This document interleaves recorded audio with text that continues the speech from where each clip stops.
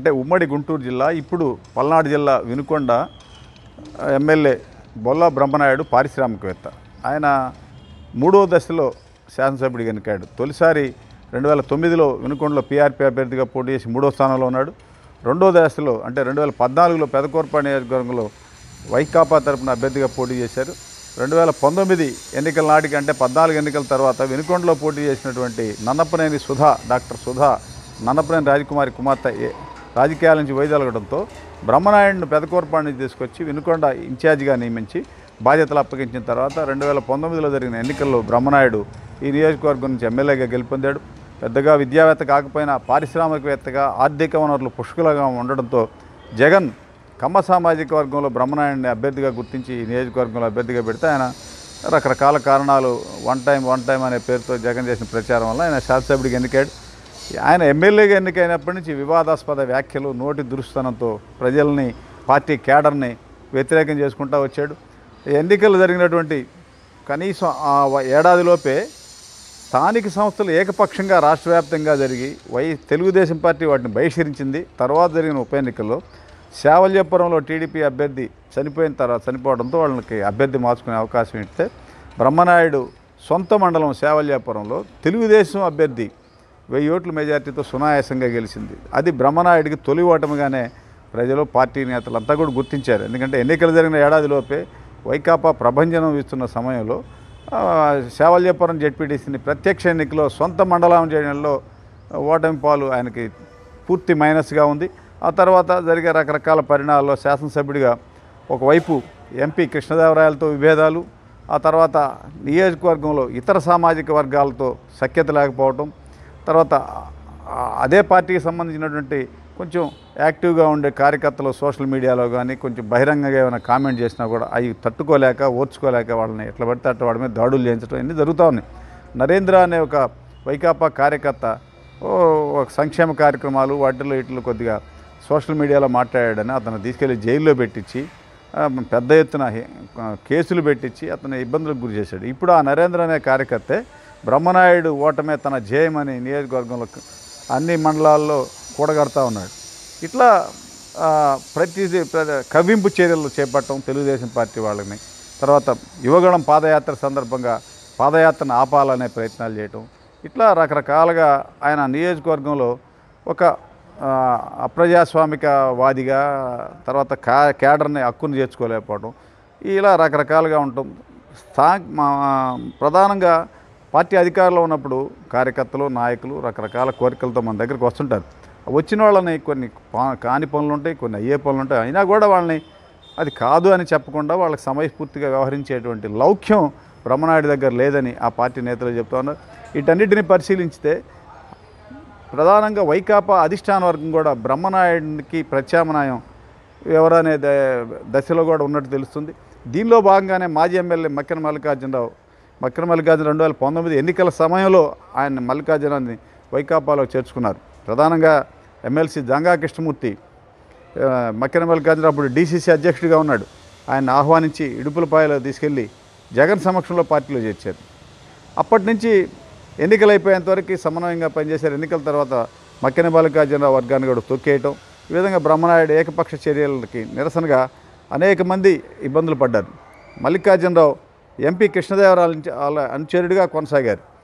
ఆయన అతనికి పార్టీలో సరైనటువంటి ప్రాతినిధ్యం లేకపోవడంతో ఆయన ప్రత్యామ్నాయంగా ఇతర పార్టీలకు వెళ్ళాలనే ప్రయత్నాల్లో కూడా చేసుకున్నారు. ఒక దశలో నెక్స్ట్ తెలుగుదేశంలో చేరితే సీటు వస్తే చేరాలనేటువంటి ప్రయత్నాలు తీవ్రమైన దశలో అధిష్టాన వర్గం వాటిని గుర్తించి సీఎం మల్లికార్జునరావు పిలిపించి మాట్లాడటం జరిగింది. దాంతో మల్లికార్జునరావు తిరిగి వైకాపాలో కొనసాగుతా వచ్చే ఎన్నికలకి మనం కలిసి పనిచేయాలా, వైకాపా అభ్యర్థిని గెలిపించుకోవాలనే ఉద్దేశంతో ముందుకు సాగుతున్నారు.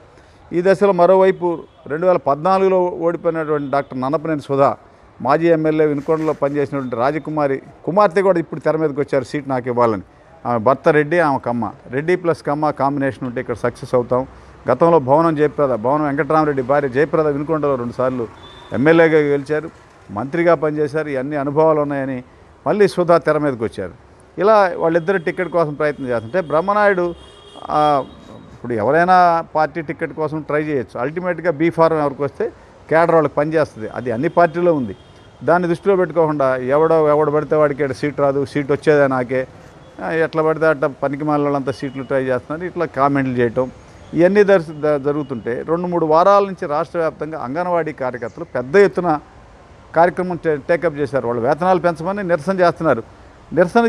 నిరసనలో భాగంగా అధికార పార్టీ కానీ ప్రతిపక్షం కానీ ఎవరైనా సరే శాసనసభ్యులు అంటే ప్రజాప్రతినిధులు, వాళ్ళు శాసనసభ్యులు, లోక్సభ సభ్యులు, రాజ్యసభ సభ్యులు, ఎమ్మెల్సీలు, ఇటువంటి ముఖ్య నేతలు అంటే వీళ్ళు చట్టసభల్లో వెళ్ళి తమ అభిప్రాయాలని ప్రభుత్వం దృష్టికి తీసుకొస్తారనే ఉద్దేశంతో కార్యక్రమం చేపట్టారు, ఎమ్మెల్యేల ఇళ్ళు ముట్టడి అని.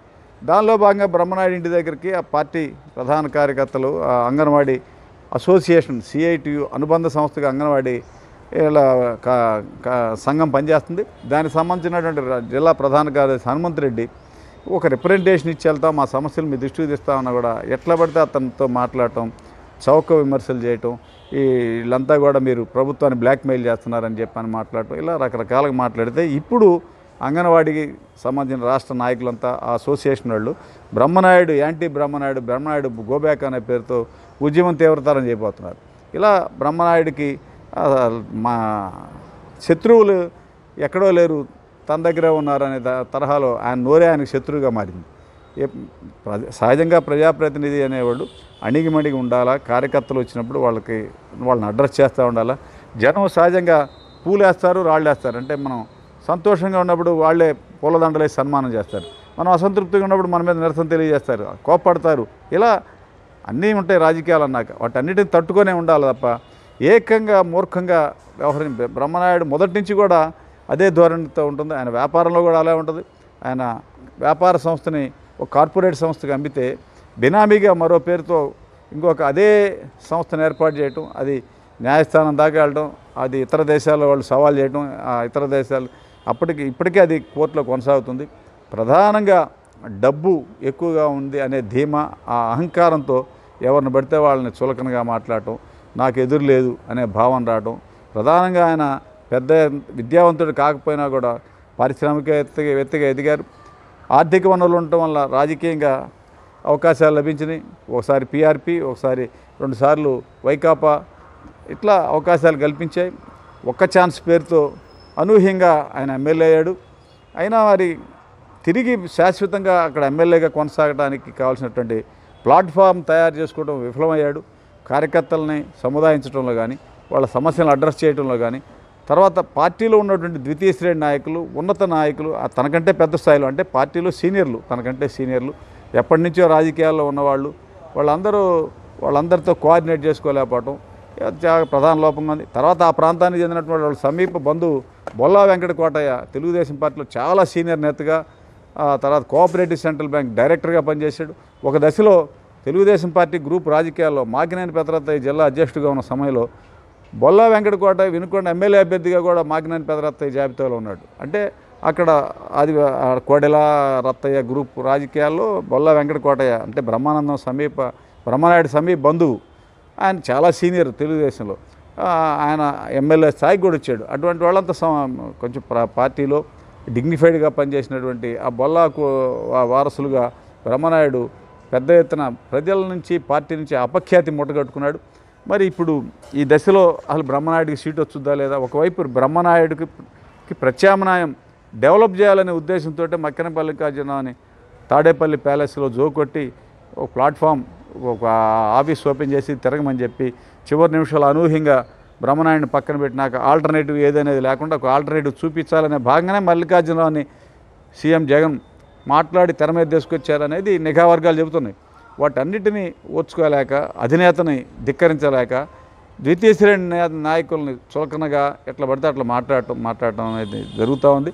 మరి ఒకవైపు ఇదంతా కూడా వైకాపాలో ఇంటర్నల్గా ఇదంతా జరుగుతుంటే, బ్రహ్మనాయుడు వచ్చే ఎన్నికల్లో వైకాపాకి అవకాశాలు లేవు అనేతోటి కొంత తన ఆంతరంగికుల ద్వారా ఇతర పార్టీలో చేరాలనే ప్రయత్నాలు కూడా చేస్తున్నట్టు ఆరోపణలు ఉన్నాయి. ప్రధానంగా నర్సరావుపేటలో అరవింద్ బాబు, బీసీ సామాజిక వర్గానికి చెందిన అరవింద్ బాబు, ఆడ రెడ్డి సామాజిక వర్గానికి చెందిన వైకాపా అభ్యర్థికి సరైన ధీటైనటువంటి పోటీ ఇవ్వలేడు, అందువలన నాకు ఏదైనా ఛాన్స్ ఇస్తే నేను తెలుగుదేశంలో చేరడానికి సిద్ధంగా ఉన్నాడని అనుచరుల ద్వారా రాయబారాలను నడుపుతున్నాడు అనేది ఒక పుకారు. అది దానికి ఎటువంటి ఆధారాలు లేవు, కానీ ఒక రాజకీయాలు అనేక పుకార్లు వస్తుంటాయి, ప్రచారాలు జరుగుతూ ఉంటాయి. బ్రహ్మనాయుడు మీద అటువంటి ప్రచారం కూడా ఉంది. అంటే ఆయన వైకాపా నుంచి వీడి తెలుగుదేశంలో చేస్తాడా, నర్సరావుపేట సీట్ ఇస్తాడా లేదా అనేది అది $1 మిలియన్ ప్రశ్న. ఒక వాతావరణం అయితే ఉంది. ఇట్లాంటి వాతావరణంలో మరి బ్రహ్మనాయుడు తిరిగి అసలు వినుకొండలో సీటు తెచ్చుకొని మరి తిరిగి గెలుపొంది శాసనసభలో రెండోసారి అడుగు పెడతాడా, లేకపోతే వినుకొండ ప్రాంతంలో వన్ టైం ఎమ్మెల్యేగా మిగిలినటువంటి అక్కడ వన్ టైం ఎమ్మెల్యేలు నన్నపనేని రాజకుమారి, మక్కెన మల్లికార్జునరావు ఇటువంటి వన్ టైం ఎమ్మెల్యేలుగా ఆయన మిగిలిపోతాడనేది కొంచెం కాలమే నిర్ణయాన్ని